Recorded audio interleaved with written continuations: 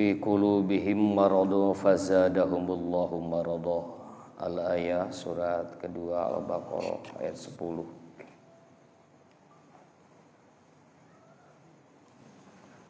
Bersyukur kepada Allah dengan ucapan alhamdulillahirabbil alamin atas segala anugerah yang terlimpah curah kepada kita semua, wabil khusus anugerah Islam, iman dan ihsan.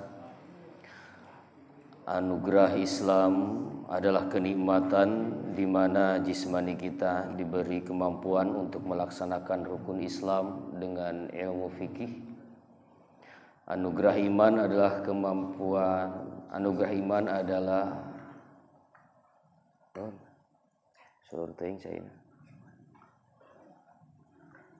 kenikmatan yang dilimpahi kepada kita di mana ruhani kita diberi kemampuan untuk melaksanakan rukun iman dengan ilmu tauhid. Dan kenikmatan ihsan adalah kenikmatan di mana rasa kita diberi kemampuan untuk melaksanakan rukun ihsan dengan ilmu tasawuf, sehingga raga, nyawa dan rasa kita sempurna dengan Islam, iman dan ihsan. Inilah yang disebut kenikmatan sempurna dari agama yang disempurnakan oleh Allah. Al-yauma akmaltu lakum dinakum wa atmamtu alaikum ni'mati. Katanya, inilah hari di mana aku sempurnakan agama. Al-yauma akmaltu lakum dinakum, aku sempurnakan untukmu agamamu, yakni agama Islam, agama yang dibawa sejak Nabi Adam dan disempurnakan oleh Rasulullah SAW. Tanda kesempurnaannya adalah dengan adanya 3 ajaran Jibril, Islam, iman, dan ihsan yang diamalkan oleh raga, nyawa, dan rasa. Sehingga Islam sempurna itu adalah Islam yang 3/3, bukan 2/3 atau 1/3. 3/3 Islam yang mengamalkan fikih, tauhid, dan tasawuf. Yang 2/3 yang mengamalkan fikih tauhid tanpa tasawuf, atau tasawuf fikih tanpa tauhid, atau sebaliknya. Yang mengamalkan Islam 1/3 hanya mengamalkan rukun Islam, hanya mengamalkan fikihnya saja. Sholat ya sholat, tetapi hanya raga, ruh dan rasanya tidak sholat. Cirinya tidak punya ilmunya. Artinya rukun iman dan rukun ihsan tidak diamalkan. Bagi orang yang begini, sholatnya akan membawa kepada kecelakaan, neraka wel bagiannya. Bukan kata saya, tapi kata Allah, fawailul lil musallin, neraka wel atau kecelakaan bagi orang-orang yang sholat, yakni allazina hum an sholatihim sahun, yaitu orang-orang yang sholatnya lupa sholat, raganya sholat tapi ruhnya ada di mall, rasanya ada di dalam seblak. Nah, gitu kan, raganya ada di masjid di atas sejadah, tetapi pikiran dan rasanya ada di tempat yang berbeda. Ini tidak sempurna, tidak kafah. Nah, kita bersyukur oleh Allah dipertemukan dengan para guru, wabil khusus guru agung kita Pangresa Abah Anom Pondok Pesantren Suryalaya Syekh Ahmad Syaibul Fatahul Arifin. Melalui tangan beliau kita diberi anugerah menerima kesempurnaan Islam tersebut, sekaligus diberi keilmuannya. Salah satunya ada di majelis manakib dan kajian Miftahus Sudur ini. Dengan itu kita berharap semoga saja kumpulnya kita di majelis ini, satu, diitikadkan sebagai wujud syukur kita kepada Allah Subhanahu wa taala. 2, tabaruk terhadap manakibnya Tuan Syekh Abdul Qadir. 3, tabaruk terhadap karya agung wali mursyid Pangresa Abah dari kitab Miftahus Sudur. Salawat dan salam selamanya dilimpah curahkan kepada baginda alam Rasul Muhammad sallallahu alaihi wasallam beserta sahabat dan keluarganya dalam untaian kalimah Allahumma sholli ala sayyidina Muhammad wa ala alihi wa sahbihi wasallim. Semoga terlimpah curah untuk terlimpah curah juga untuk segenap umatnya, wabil khusus para aulia Allah yang dimuliakan dengan karomah, sehingga kepada kita yang senantiasa belajar melaksanakan sunnahnya hingga umat akhir zaman. Amin ya Allah ya Rabbal Alamin. Ikhwani rahimakumullah, Ketua LDTKN Kota Bekasi beserta jajarannya yang saya hormati, Ketua DTKN Kecamatan Bantar Gebang beserta jajarannya, pimpinan Masjid Miftah Darussalam beserta seluruh pengurusnya, tokoh ikhwan, imam khotaman, pemangku manaqib, dan para pejuang kalimatul ya kalimah la ilaha illallah. Juga saudaraku yang sudah lama hilang ini kembali, Kak Ahmad dari Perum Alamanda beserta rombongannya. Alhamdulillah, semoga yang tercerai menyatu kembali bersama menuju kepada Allah Subhanahu wa taala. Hanca kita di pasal ke-9 pada bulan ini. Al-faslur rabi fi bayani wujubi zikril asanid fi kulli tariq fi kulli turuq ila rasul wa ma la budda likulli muridin min. Pasal keempat dalam menjelaskan kewajiban menyebut atau mengingat atau mengetahui sanad dalam setiap thariqah sehingga sampai tersambung kepada Rasulullah Shallallahu Alaihi Wasallam, dan segala hal yang berkaitan dan segala hal yang dimestikan menjadi kewajiban bagi murid untuk mengetahuinya. Ini wajib, harus tahu. Rasul pernah bersabda, dinukum dinukum dinukum, agamamu agamamu agamamu, 3 kali. Fahuwa dammukum walahmukum, agamamu agamamu agamamu itu adalah darah daging. Nah, oleh karena darah daging, artinya yang harus menguasai jiwa raga kita itu adalah agama itu sendiri. Karena agama ada sebuah keyakinan yang mengubah perilaku atau mengatur perilaku hidup. Jika kehidupannya diaturnya oleh materi, maka agamanya adalah materi. Jika perilakunya diatur oleh hawa nafsu, maka agamanya adalah hawa nafsu. Jika diaturnya oleh aturan syariahnya syariah Islam, maka agamanya adalah agama Islam. Nah, kata Nabi, ini darah dagingmu, fanzur mimman takhuz, maka perhatikan olehmu dari mana kamu mengambil agama kamu. Kata dari mana ini menunjukkan harus jelas dari siapa kita mendapatkan ajaran agama kita. Karena istilah kita, guru kencing berdiri, murid kencing berlari. Nah, ini sudah kuat dalam memori kita. Artinya kalau gurunya seperti itu, muridnya akan lebih dari seperti itu. Oleh karena itu Rasul menyarankan, memerintahkan kita harus memperhatikan siapa guru-guru kita di dalam agama. Artinya guru yang mengatur, yang mengurus kita di dalam agama harus orang yang memiliki silsilah perguruan yang tersambung kepada Rasul Shallallahu Alaihi Wasallam. Karena bagaimanapun juga pemilik syariat itu adalah Rasul, pemilik agama itu adalah Rasul. Kalau berbeda, kalau tidak ada hubungan dengan Rasul, dia pencuri, Pak. Punya harta banyak, seorang orang tua ketika wafat datang Ustadz Atin meminta bagian, padahal bukan turunan, bukan ahli waris. Ini bukan mencari hak, tapi mau mencuri harta. Nah, agama dari Rasul diwariskan. Maka siapa yang memiliki hak waris atau siapa yang menjadi pewarisnya, itulah orang-orang yang memiliki silsilah sampai kepada Rasul Shallallahu Alaihi Wasallam. Kalau tidak demikian, agamanya tidak akan dipercaya. Buktinya banyak orang yang pintar dengan ilmu agama,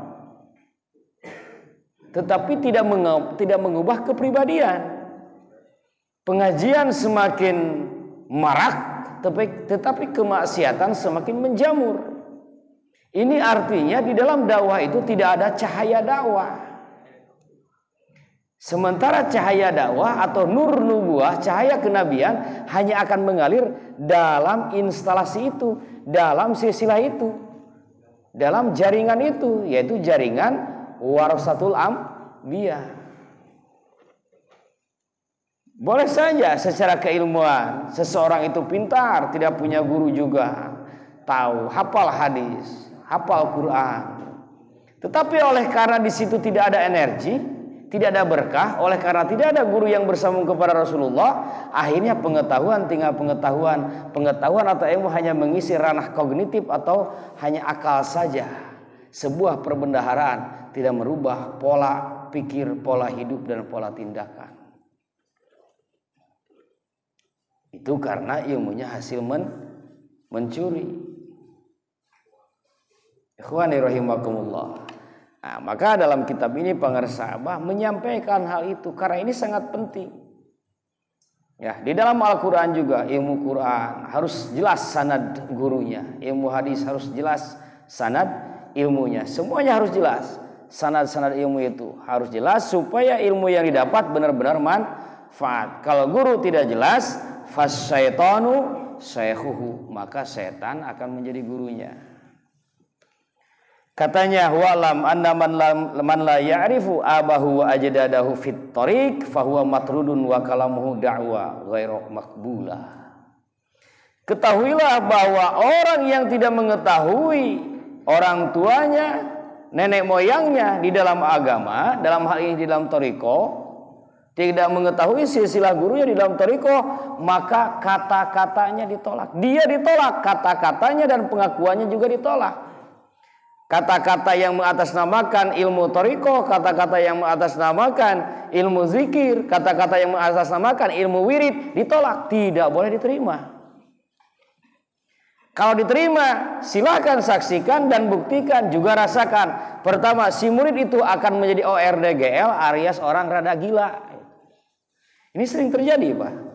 Kita sering mendengar orang-orang were ke ilmu, ya. Oh, were ke ilmu. Oh, saya itu ketaikan ya. Itu sebenarnya bukan salah di murid, Pak. Ada saya ketaikan itu. Gurunya tidak bersertifikat. Karena yang bersertifikat, guru yang mendapatkan ijazah irsyad. Kalau ijazah itu seseorang menerima amalan, wirid, dzikir dari guru, dia boleh mengamalkan. Nah, boleh mengamalkan. Tetapi harus ditandai yang diperbolehkan mengamalkan belum tentu boleh menurunkan. Nah, ketentuan untuk menurunkan, untuk memberi petunjuk namanya ijazah irsyad. Ada ilmu-ilmu tertentu, ilmu khusus dalam riyadah, dalam wirid. Katakan salah satunya adalah ilmu Syafi'i, Hirzul Yaman. Itu setiap orang yang mengamalkan tidak otomatis boleh menurunkan. Begitu juga dalam ilmu hijib, ilmu asror, ilmu hikmah yang lainnya. Ini hati-hati kalau kita menerima ilmu itu. Ada yang minta jangan sembarangan diberikan kalau belum dapat izin dari guru. Kenapa? Belum tentu kita bisa bertanggung jawab kalau ada yang terjadi. Saya belajar ilmu seperti itu dari usia 9 tahun, Pak. 15 tahun mendalami ilmu hikmah. Hampir tiap malam komunikasi dengan jin. Nih Kak Ahmad dan kawan-kawannya Padil begitu itu sebagai prakarsanya yang hari ini mah masuk ke YouTube, ke TV. Itu pekerjaan dulu kita usia 17 tahun, Pak. Narik jin sana, narik jin sini, narik jurik jarian, karar itu tak. Nu aya uka di TV di YouTube. Kita dulu itu pekerjaan usia 17 tahun, Pak, usia anak-anak. Di dalam perjalanan itu, dalam perjalanan yang saya alami itu, banyak orang-orang yang datang ke rumah, ke orang tua, mau diobatin. Kenapa? Gara-gara terkataikan yang munas. Ternyata setelah diteliti, gurunya tidak jelas. Gurunya tidak jelas. Guru, dia punya guru memang. Tetapi kemungkinan ada dua hal. Satu, dia tidak selesai bergurunya. Kedua, tidak diberi izin untuk menurunkan. Kalau guru-guru yang selesai dan telah diberi izin, sudah punya, Pak. segala sesuatunya. Dia tahu karena oleh gurunya dikasih tahu tanda-tanda orang yang harus menerima ijazah doa ini, wirid ini, amaliyah ini. Tandanya seperti ini, usianya seperti itu. Dilihat dari sisi akhlaknya, dilihat dari sisi nasab darahnya. Dan bila terjadi kegoncangan, bila terjadi sesuatu hal yang tidak diinginkan, sudah disiapkan tawa atau obatnya. Nah, inilah akibat lain yang di dalam kitab ini disebut matrudun wa kalamuhu da'wa ghair maqbulah. Orang-orang yang tidak mengetahui nasab ilmunya, nasab gurunya di dalam thariqah, jangan dipercaya, matrud, ditolak. Karena meskipun Anda memaksakan untuk mempercayai, tidak akan mengubah hati, Pak. Tidak akan mengubah sikap. Wirid ya wirid, doa ya doa, zikir ya zikir, tetapi hati tetap seperti itu, tidak ada perubahan. Ini masalahnya. Jadi cek orang sudah mah capek gawe teka pake puraga tambah kadenda. Cenah Islam teh merubah sikap jadi rahmatan lil alamin, tapi faktanya begitu. Orang sholat terus sholat, orang dikir terus dikir, tetapi tindakan dan perilakunya tetap aja maksiat. STMJ. Tidak menjadi jujur, yang malas tidak menjadi rajin. Nih yang pertama. Warubaman tasaba ila ghairi abihi fayadhulu. Qaulahu alaihi salam. La'anallahu man intasaba ila ghairi abihi. Sekiranya ada seseorang yang menghubungkan nasab keguruannya, nasab ilmunya kepada orang yang bukan ahlinya, bukan gurunya, maka dia masuk kepada dauhan Rasul, la'anallahu man intasaba ila ghairi abihi. Allah melaknat seseorang yang menasabkan diri, menghubungkan diri kepada selain orang tuanya. Tiba-tiba kita menganggap misalkan silsilah kita ke Habib Lutfi, padahal tidak pernah bertemu, tidak pernah berguru. Nah, pengakuan ini begitu. Atau seseorang pernah bertemu dengan pengarsa Abah Anom, ijazah talqin zikir, tapi setelah itu lama dia bukan seorang yang sudah ahli ketika bertemu pengarsa Abahnya, tetapi sebagai seorang pemula, bukan sebagai seorang ulama, tetapi sebagai seorang biasa. Datang bertemu Abah sekali, pernah ditalqin, lama, kemudian dia punya ilmu dari yang lain, berkembang pada akhirnya. Tetapi ketika dia menyampaikan kepada umatnya, ini dari Abah Anom, saya dulu pertama bertemu begini. Padahal hanya sekali bertemunya. Ini berbahaya juga. Jadi jangan sembarangan, Pak ya. Ya tidak nutup kemungkinan banyak tujuan. Kalau kata Kang Haji, tujuan seperti itu biasanya tujuan batan, tujuan kerbeteng. Imam Syaroni dalam kitab Anwarul Qudsiyah berkata, qad ajma ahlu turuq ala wujubi ittikhazil insan syekhon yursiduhu ila zawali tilka sifat allati tamna'u min hadratil lahi ta'ala biqalbihi yatasiha yasihu salatuhu min babi ma la yatimul wajib illa bi fahuwa wajib. Abdul Wahab Asy-Syaroni beliau memiliki 7 thariqah, salah satunya thariqah sholawat. Pengarang kitab Al-Anwarul Qudsiyah dan Minahus Saniyah yang familiar di kita. Beliau silsilahnya tersambung kepada Abu Bakar As-Siddiq. Beliau berkata, telah sepakat semua ahlu thariqah bahwa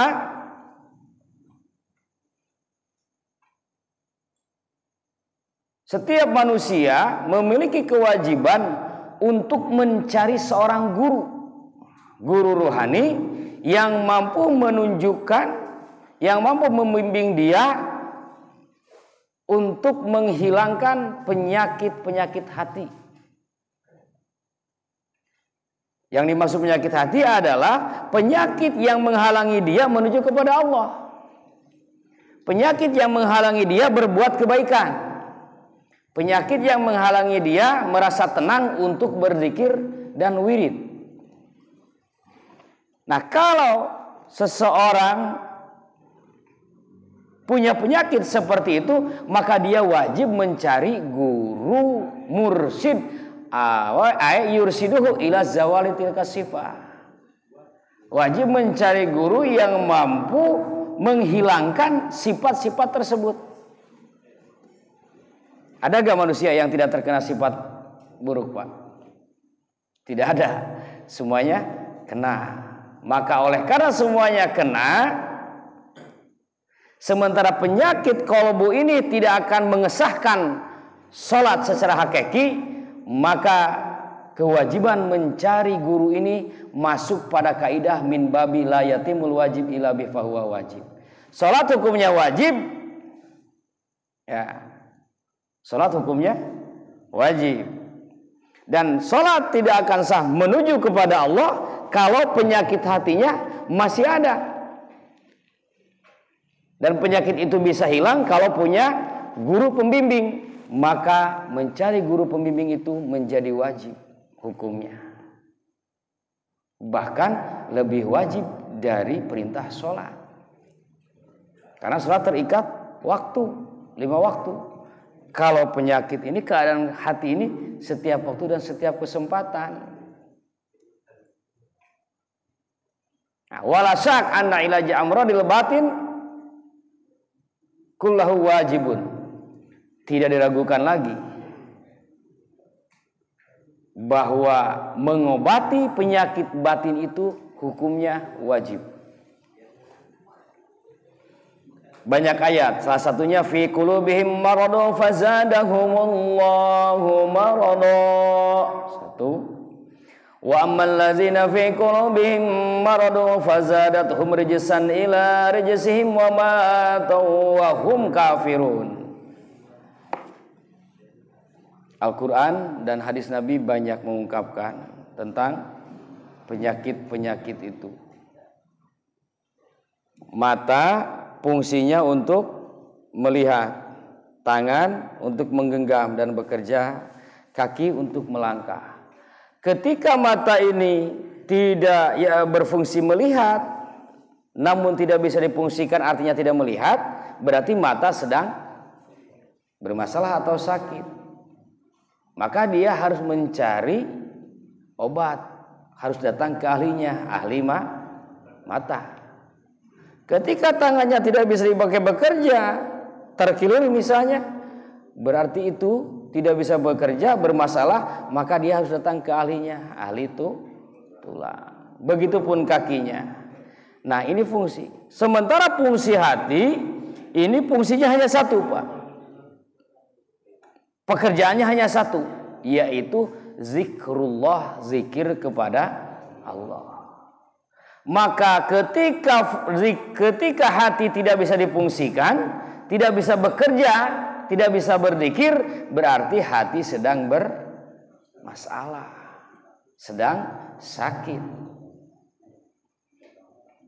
Kalau mata sedang sakit, kita refleks mencari dokter, dan itu rasional. Kenapa tidak bisa menerima ketika hati sakit harus mencari tabib hati? Artinya sama, mata bermasalah, carilah ahli kesehatan mata. Begitupun hati, ketika hati tidak bisa dibawa zikrullah, tidak berfungsi, maka harus mencari tabib yang bisa mengobati hati.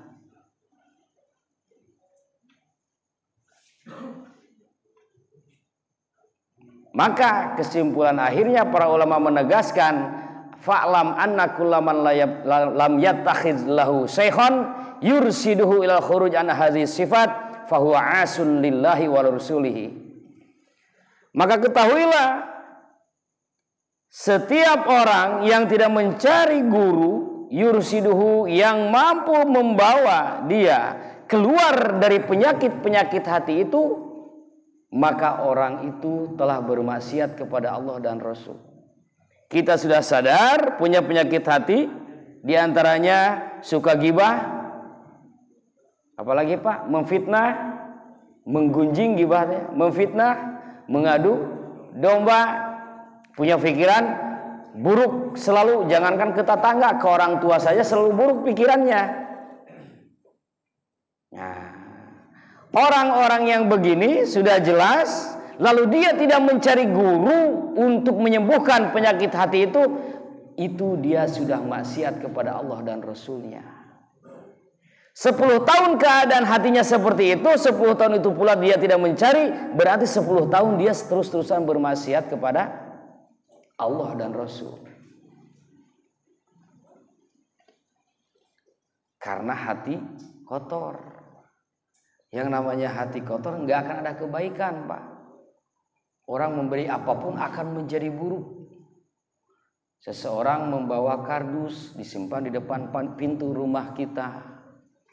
Pas dibuka ternyata kotoran ayam, hatinya kotor, merasa itu sebuah penghinaan yang besar. Dikejar, akhirnya terjadi pertempuran, bisa sampai pembunuhan.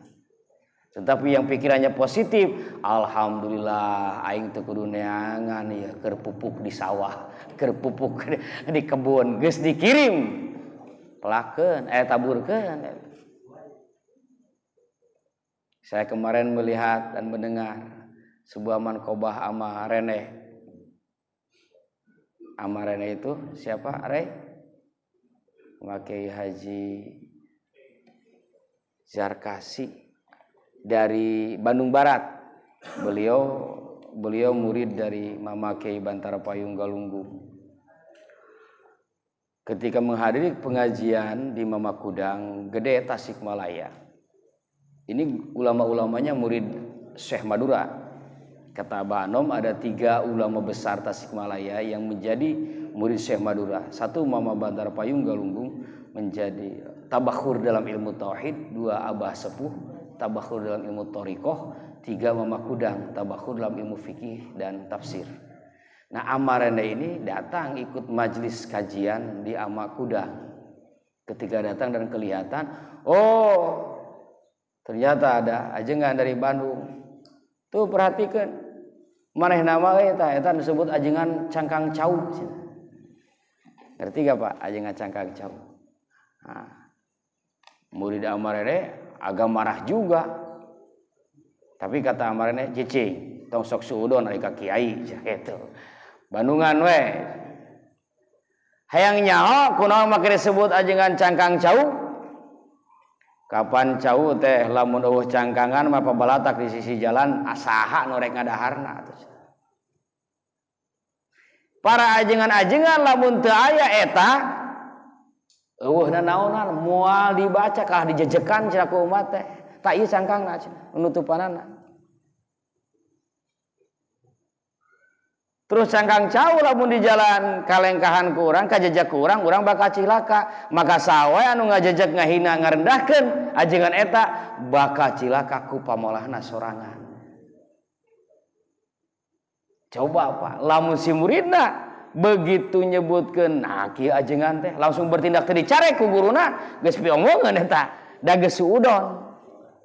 Cicing ulah sok suudon ka guru ka kiai teh. Dengekeun we cenah gitu.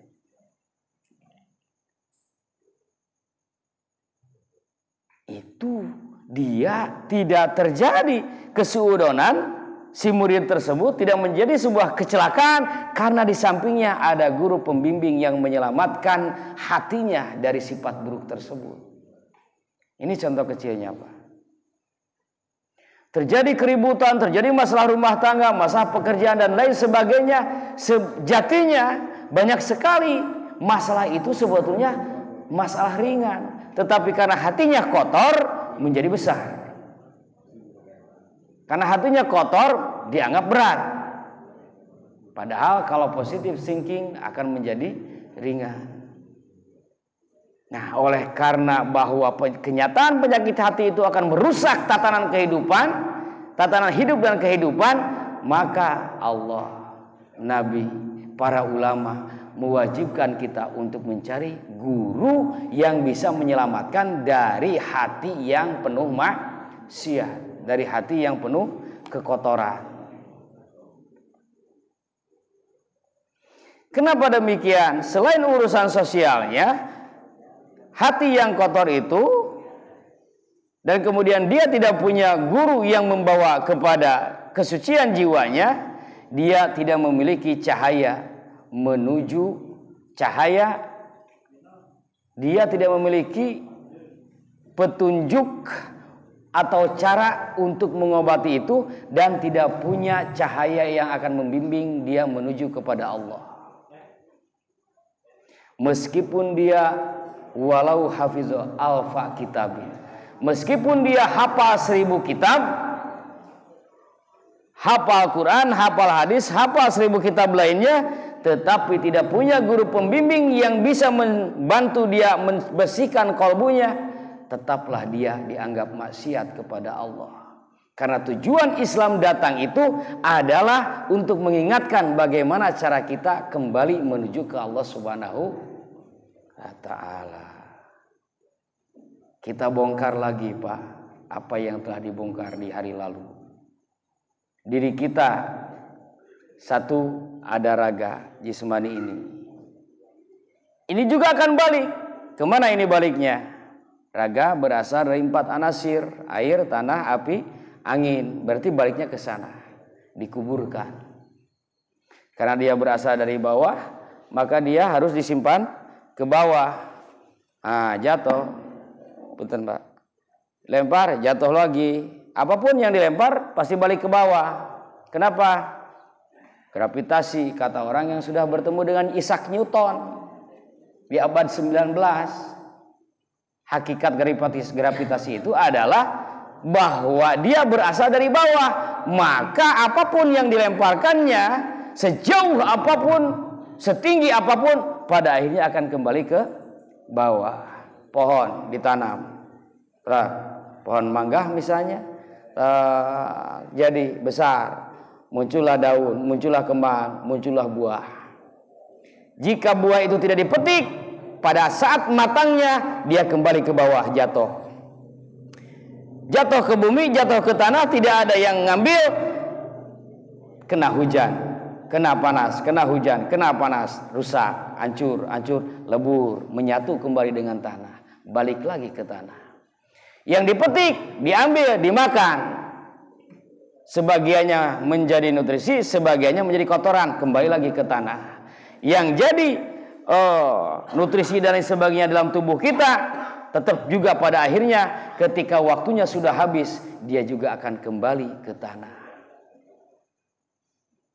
Bila Israil datang memanggil, jasad terbujur di pembaringan, seluruh tubuh akan menggigil, sekujur badan dan kedinginan, seluruh tubuh akan menggigil, sekujur badan dan kedinginan.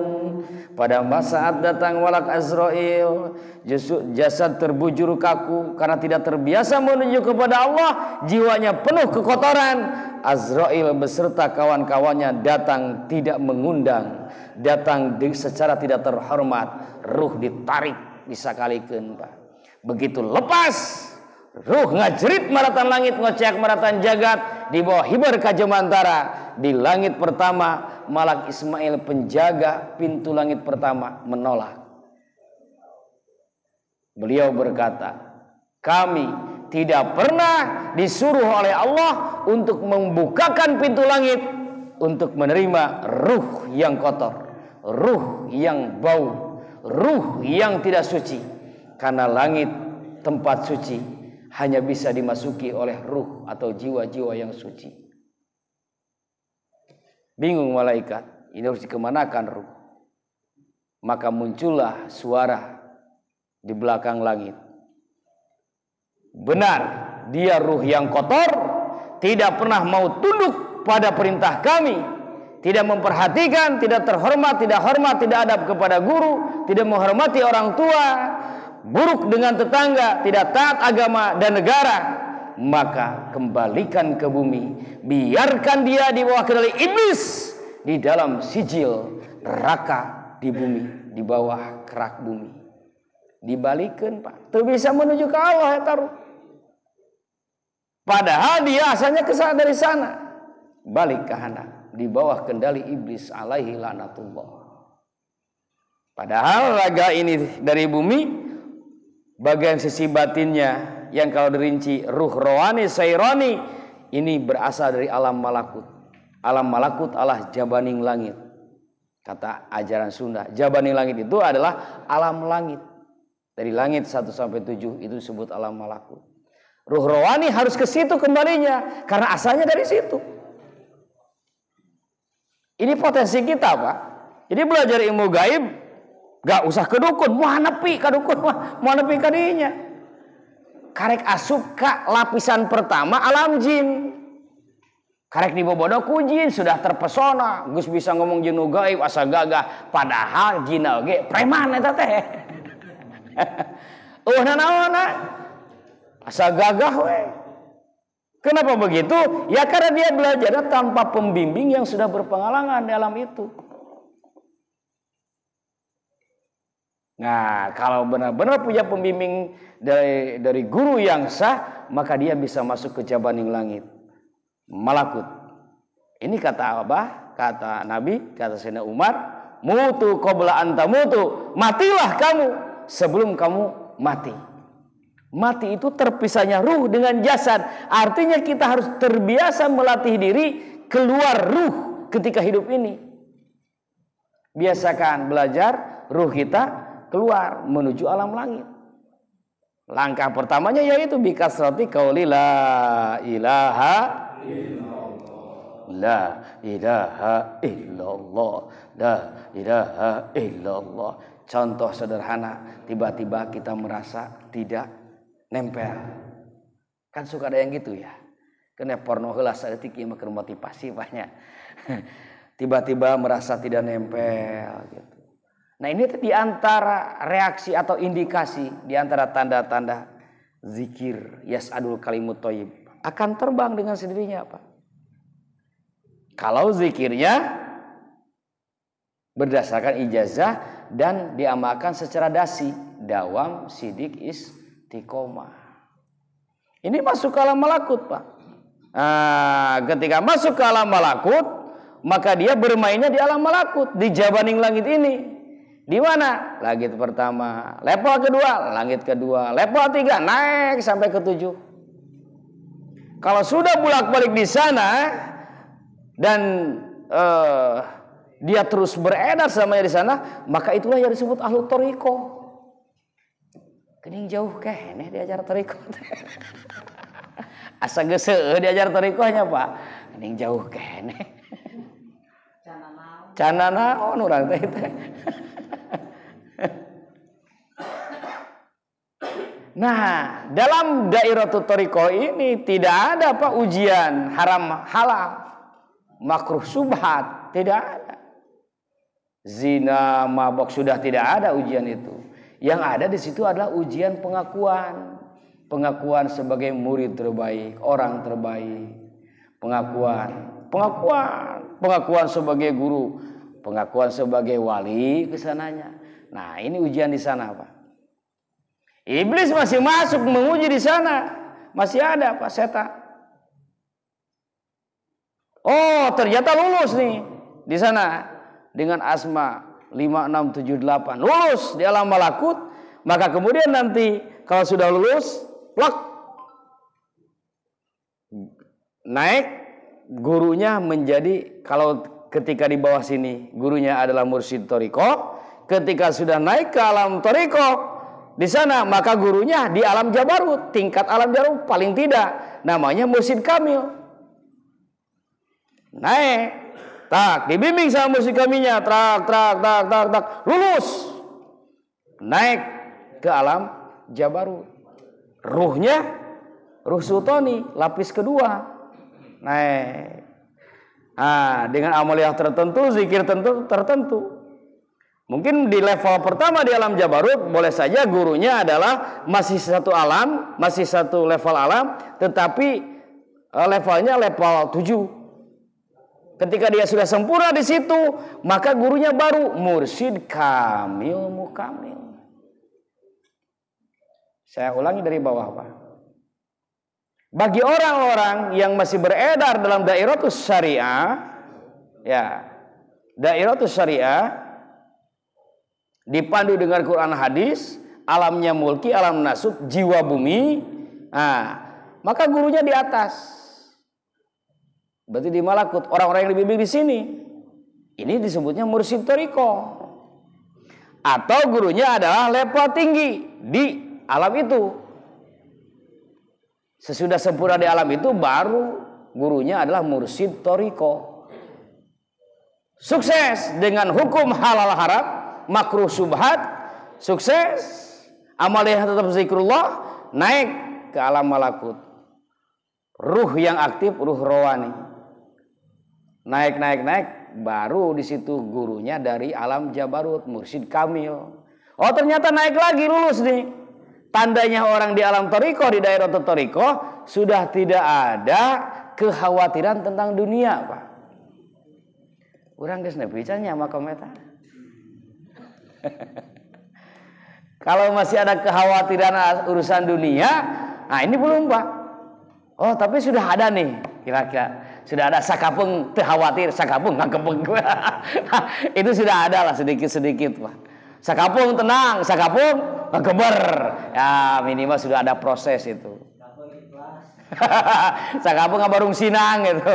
Kan, yang penting zikirnya teureun gitu. Nah, mursyid pembimbingnya, syekhnya itu adalah dari syekh thariqah. Masuk di situ, tandanya sudah tidak ada kekhawatiran, qalbunnya qalbun mujarrad. Kalau tadi qalbun salim di alam syariat. Qalbun salim itu si qalbu selamat dari kemusyrikan. Di daerah thariqah qalbunnya mujarrad, sudah tidak ada kekhawatiran urusan dunia. Maka mursyid yang akan membimbingnya secara langsung adalah dari alam jabarut, mursyid kamil. Nah, kalau dia lulus di sana naik ke alam dairatul ma'rifah di alam jabarut, qalbunnya qalbun rabbani. Nah, sudah hati ketuhanan, Pak, di sini. Sudah sangat kosong dari segala kekhawatiran. Tidak ada ujian pengakuan sebagai guru terbaik, sebagai wali. Tidak ada di sana. Yang ada pengakuan sebagai Tuhan di sana. Level Fir'aun sampai ke sana kayaknya nih. Raja Namrud. Ya, yang hari ini mengaku sebagai wali dan sebagainya tidak selevel dengan Fir'aun, Pak. Fir'aun sudah sampai ke sana. Nah, di alam jabarut ini gurunya baru mursyid kamil, mukamil. Nanti si murid ini ternyata masih naik juga. Dari mursyidnya dilepas, Pak. Dilepasnya kemana? Boleh jadi ke Sayyidina Ali, boleh jadi ke Nabi Ibrahim, Nabi Khidir, atau oleh Rasulullah Muhammad Sallallahu Alaihi Wasallam. Jadi begitu, Pak, level guru kita itu, berguru itu. Urang kaos kieu hayang langsung ke mursyid kamil mukamil, moal kaharti, Pak. Begitu ya, Pak. Nah, jadi meskipun hafal 1000 kitab, tetapi tidak punya guru itu, moal pernah usul, moal pernah nepi ke Allah. Sementara semuanya akan kembali kepada Allah. Bersyukurlah kita telah dipertemukan dengan guru tersebut. Oh, sudah meninggal gurunya? Lah, kan masih ada. Kata Syekh Abdul Qadir, yang paling pentingnya kesimpulan di Sirrul Asrar, bertemunya dengan mursyid itu adalah yang paling penting mendapatkan talqin dan irsyad. Talqin itu adalah bimbingan zikir, ya, penanaman benih tauhid ke dalam kolbu. Irsyad adalah bimbingan amaliyahnya. Kita dapat gak itu, Pak? Dapat. Kalau itu masih ada, berarti syekhun hayunnya yaitu, Pak. Syekhun hayun kita, guru-guru kita itu yaitu ahli talqin, ahlul bait, para pembimbing kita, ulama kita di situ. Karena prinsipnya masih ada. Nah, bersyukur yang tidak bertemu secara langsung dengan para sahabat masih bisa bertemu dan menerima talqin zikir dari para wakil talqin, menerima irsyad dari beliau juga, dari ulama yang lain, bahkan dari ahlul bait. Ikhwani rahimakumullah.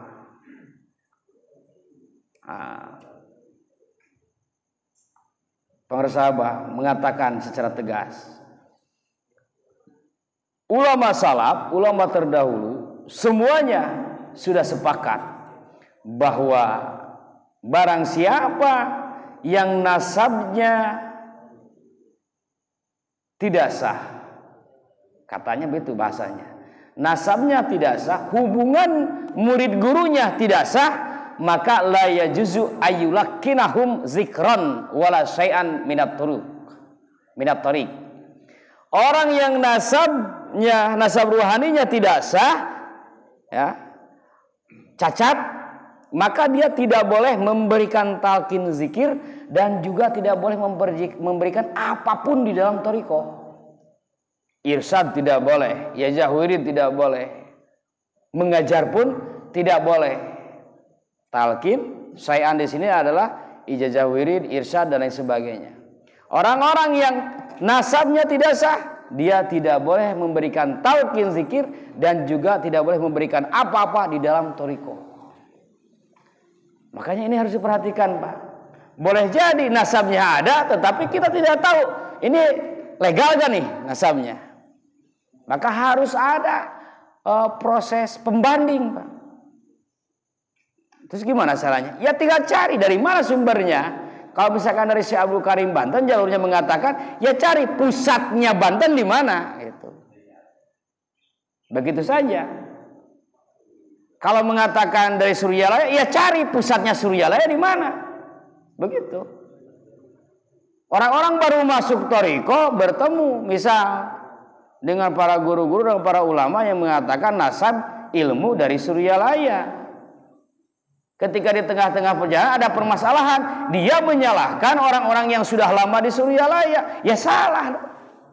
Harusnya dia sebagai yang baru bertanya kepada pusatnya Suryalaya itu di mana? Di sana. Kalau yang misal berbicara tentang thariqahnya Syaziliyah, dari jalur Pekalongan, Habib Lutfi dan lain sebagainya, lalu ada yang mengklaim sebagai itu, tidak bisa dia langsung berguru kepada orang itu. Dia harus mengklarifikasi apakah benar orang ini adalah murid dari Syaziliyah, Abu Habib Lutfi misalnya. Dan apakah benar dia itu dipercaya oleh guru-guru thariqah di situ? Dipercaya untuk memberikan talqin atau dipercaya untuk memberikan irsyad? Ini harus hati-hati, Pak. Makanya para ulama-ulama kita, guru-guru kita sangat apik tilik jeung pamilih dina neangan guru, dina milari guru, dalam mencari guru.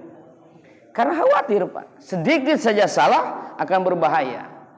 Sekali lagi kata Nabi, fanzur mimman ta'khuz, perhatikan olehmu dari mana asal usul agamamu. Kenapa demikian? Kata Abah nih, ya, harus diperhatikan, tidak sah atau ada cacat di dalam, sudah tidak sah. Kenapa demikian? Ini sirru fit tariq innama huwa irtibatul qulub ba'duha bi ba'din ila Rasulillah SAW, ila hadratil haqqi jalla wa jalaluhu. Karena pokok masalah, inti atau rahasia terbesar di dalam thariqah itu adalah irtibatul qulub. Tersambungnya kolbu dengan kolbu, kolbu yang satu dengan kolbu yang lain. Dari saya, Pak Ustadz Atin, si Aki, terus tak sahabat, Nabi, Allah. Intinya itu. Dari saya nyambung ke Ustadz Atin. Ternyata si Aki membuat penyimpangan, sudah cacat. Maka Pak Ustadz Arma tidak boleh mengambil dari si Aki, karena sudah cacat. Kalau memaksakan mengambil akan terjadi perbedaan yang signifikan, akan terjadi perbid'ahan di sananya, akan terjadi 3 hal, TBC, takhayul, bid'ah, khurafat, Pak. Bid'ah itu apa? Mengada-ada, tidak ada dari atasnya, tidak ada dari Rasulnya.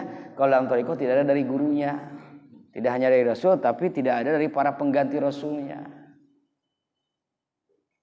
Itu kata beliau. Jadi pentingnya sah, tidak hanya mengetahui ada nasab, tetapi harus mengetahui sah gak ini silsilahnya. Ya. Karena kalau tidak sah, maka terputus irtibatnya. Hubungan kolbunya terputus. Kalau hubungan kolbunya terputus, ibarat instalasi listrik. Di sini sudah bagus, nyambung ke gardu sudah bagus, tapi kenapa nggak nyala? Ternyata tidak nyambung ke Purwakartanya. Habis modal apa kita? Habis-habisan masa instalasi yang bagus, listriknya yang bagus, Gus HD, dari mana lagi HD? tuk tak nggak nyala. Oh, ada yang tersesat di sana, perizinannya tidak benar nih, jadi nggak nyambung. Itu instalasi listrik. Ini irtibatul qalbi, MLM, multi level mahabbah. Kalau tidak nyambung kalbunya, tidak akan nyambung kepada Rasulullah, tidak nyambung kepada Allah. Maka yang hadir di situ pada akhirnya bukan nur nubuah, tetapi fasyaitonu sayhuhu, setan di sana. Tanda-tanda setan di sana, dia dengan cerdasnya setan membelotkan ayat. Ayat diposisikan bukan pribadinya mengikuti ayat, tapi ayat dikondisikan agar sesuai dengan sikap dan tindakannya.